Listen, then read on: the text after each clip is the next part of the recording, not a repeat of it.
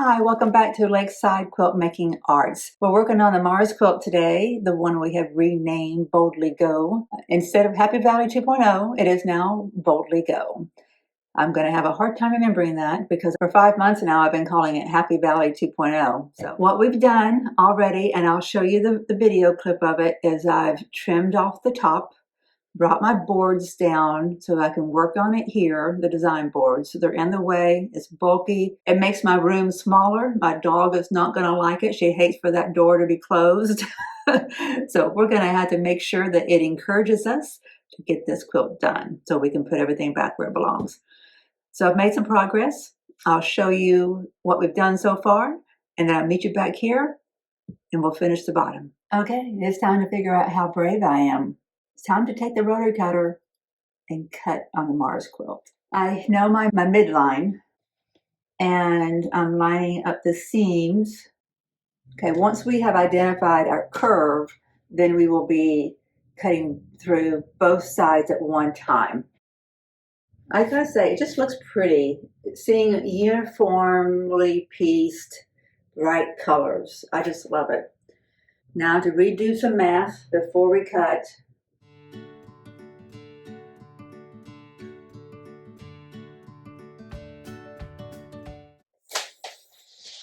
Making sure, okay, I'm going to put that weight on that. That's the maximum point.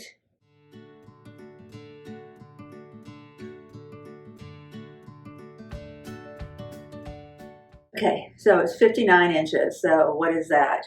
29 and a half. I think that's what we came up with last time. Let's just call it 29 for giggles. Okay, 29 inches is right there. I'm going to put a pin right there so I can keep track that is my 29-inch middle point. That is the middle of my quilt top, the body of the quilt. It's the middle from top to bottom and middle from left to right. That's awesome. Okay, so let's get this up on the table now. The only bad part about having a high table is you can't lean over it, which was the objective, but that kind of impairs me a little bit. I'm going to have to lay it out this way. All right, so I need to measure from that center point. I'm going to lower you down so you can see. Center point out to the lowest point of the top. Just to help you visualize, I'm going to put this blue magnetic pin picker upper right there. That is my middle point. This is my lowest. I'm going to pull this down now so you can see both. This is my lowest point of the top, and that's along the arc, right? So our highest point of the top has to be whatever that arc works out to be if this is our lowest point. I'm going to get you a little bit further down so you can see. And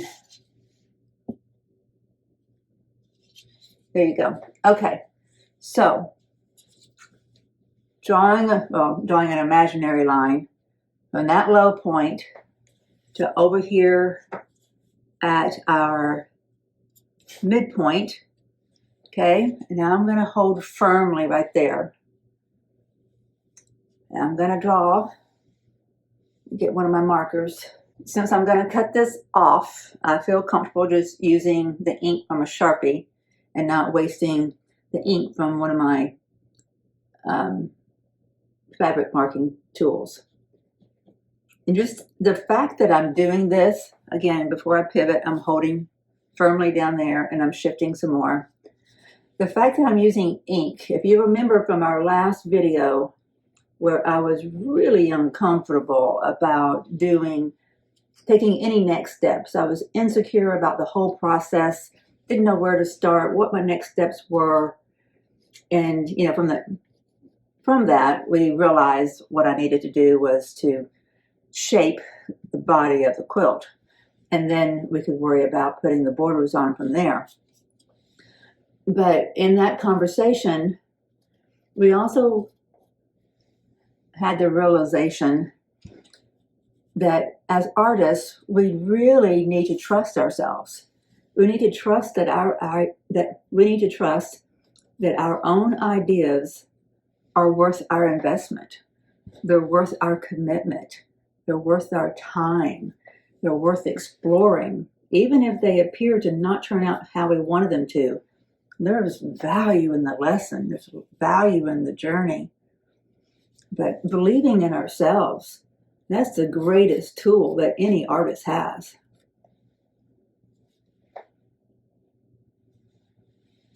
All right, I almost have this marked. Awesome. Okay, now we're going to go back, make sure we're lined up, and go the opposite direction. Go this way. Yep, it lined up beautifully. Maybe I can figure out how to put some of these leftovers that's going to be cut off, some of these cutoffs, onto the back of the quilt somehow. I've been saving some fabrics that seem like they would go with a space quilt, and I did not put them on the front, but I've been saving some, thinking that I'll figure out how to put them on the back. Problem I need to make sure I don't do is I don't get so invested in creating the back that it takes as long as the front did, and my nephew is my 8-year-old nephew is graduating from college by the time I get the quilt to him. That would be uncool. I do want to get this in his hands. He doesn't turn 9 until August, so that's cool. He's not going to turn 9 before this gets to him, but it's taking too long as it is. All right, we have an arc. Yay! We're not going to overthink this anymore, and I'm not even going to use anything to cut against. Here it is. Just going to get my handy dandy little, fantastic. I love this. I love how easy it is to open and close with one finger. I love this operation here. You've got a finger to guide it. You've got a thumb to stabilize it. Your wrist is at a better angle. You're pushing straight. There's no torquing of the wrist. Ergonomically, because you know I love, it's a great cutter. All right, here we go. Commitment, commitment, commitment, commitment. I can feel the layers of seams being sliced, and I felt the blade roll over that seam, so we're going back to it. Not manipulating how the fabrics are lying as I peek to make sure we've got good contact all the way through. Pressing down consistently, trying to. Following the line. Opening it up to get right back in there where I was.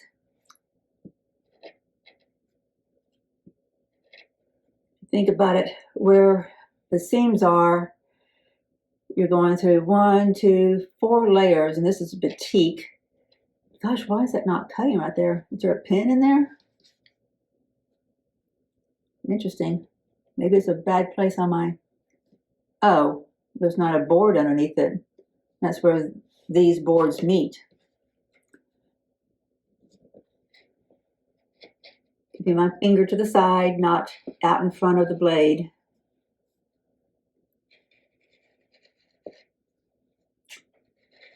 Nobody wants a sliced finger. All righty. Come back here. Okay.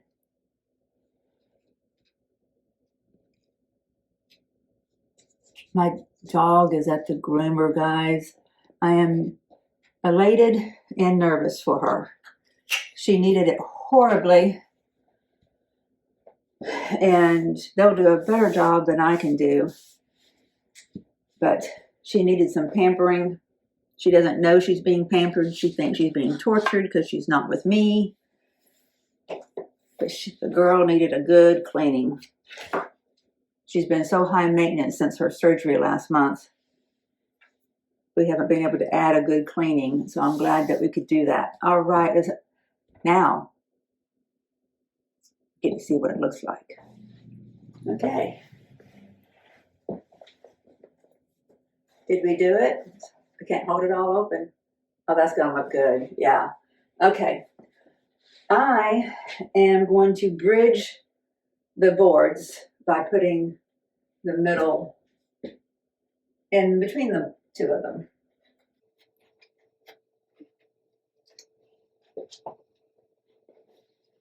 Got one of my fabric boxes at the foot of this one out here to keep it from sliding, since it's up against the cabinet and it's at a different angle. Okay, what do we think? You guys are seeing it before I am. That looks good. That looks good. Okay, now, while we have it up there, let's take a look at how much we have to add. So middle point, 29. So we need to add about 10 inches all the way around. You see that that's about 10 inches extended beyond the edge of the quilt is the deepest part of the rock border that we need to put around it. All right, so I think what we do is we make sure there's 12 inches so we've got room to cut down. The bottom needs to be trimmed up too, so let's go ahead and take care of that while we've got an open space. All right, to find my center down here, putting my two seams together, eyeballing what my lowest point is. Okay, the lowest place is on this back side right there, so that's going to be what we do. We're going to cut just square it off. Okay, so I love my big 15.5-inch square ruler for squaring things up. I use this one, which is, how big is this? 24 inch by 6 inch, so 6 by 24. I use it for the lengths to cut against, but and you can get a decent assessment of how square you are by lining the edge of it up to the edge of your quilt top. But just to make sure, double check, and to make sure you're not off any, I like to line it up against a square that has a longer length against the outside edge of the quilt top. You have to get creative sometimes. All right, they're lining up.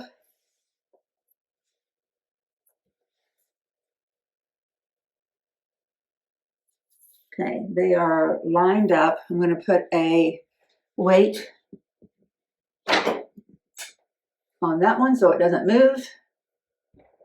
There. Okay. So now this one is lined up against the square, so I'm going to be square with the quilt with all these seams, which is ideal. You don't want the bottom of it going like that. Okay, the mistake I made though is I directed everything as if I'm left-handed. So I'm going to have to get on that side to cut. Okay, I need one of my weights on this. I know you guys are tired of hearing me say it, but I promise you it won't be the last time you'll hear me say it. I'm not going to make excuses for it. My hands and wrists are weak because I have a connective tissue disorder. And that makes it easier for my rulers to shift. My hand will shift, my joints will shift, and that makes the ruler shift. So when I discovered I could put weights on my rulers, it made me feel like I could actually pursue quilting. It was one of the things when I was recovering from my OC fusion, contemplating if I could get into quilting, and I was looking up YouTube videos about quilting. I'm thinking, oh my gosh, but I hate it. I hate using a sewing machine because you get all those rat nests of threads underneath the bobbin or inside the bobbin case. And it's like, oh, it's just, do I have the patience for that? And then the other thing was, oh gosh, I don't know if I know how to cut a straight line. That's one of the frustrating things I was dealing with. Speaking of which, my ruler shifted a little bit before I put my weight down. So one of the things that frustrated me back in the 90s was I wasted fabric because my ruler was shifting. And so I knew it was a frustration. And then I saw somebody put weights on their rulers. And I said, okay, I am in business. Leaders and enders help with that rat's nest. See all that? And weights help with this issue. All right, we're squared off. Nice straight line. Beautiful.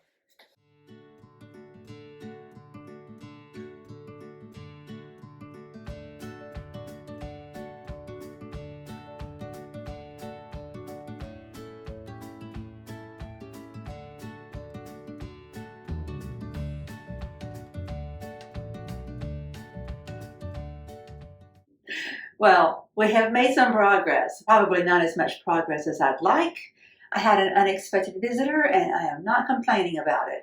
I had hoped to get to making more of the crust. That's not going to happen. I'm going to have to stop for the day. I got the quilt down, I got it trimmed, and it's equally trimmed, top and bottom. I got both boards down, and I got the crust laid out so we can figure out what is needed. I have none along the bottom. So I need to make enough crust to make a field of crust all the way around it that I can connect all the pieces. You know, what I'm doing is I'm making large sections of it and then connecting those. And then I'll connect those to the body of the quilt, to the settlement of Mars. And then I'll come in and I'll do a compass and create a circle out of that. And then we'll call that a quilt top. All right, I'm encouraged. It is bright and bold, perfect for a quilt named Boldly Go. It just tickles me. It just tickles me. I love seeing it. I'm glad it's down here. It's going to annoy me not having access to my living room from here. And it crowds this room. So that's going to make dang sure that I stay focused on this and get it done, right? But at the same time, I like having it in here. I love seeing it, and it's just creative to me. So I love seeing that, and the inspiration of that is just endless. A lot of color going on in here. I'm not complaining about it. I do love my neutrals. I love neutrals, but that's not the season I'm in at the moment, clearly. That's it for this video. Thank you very much for being here, giving me some of your time and being on this journey with me. I look forward to seeing you next time. See you soon. Bye-bye.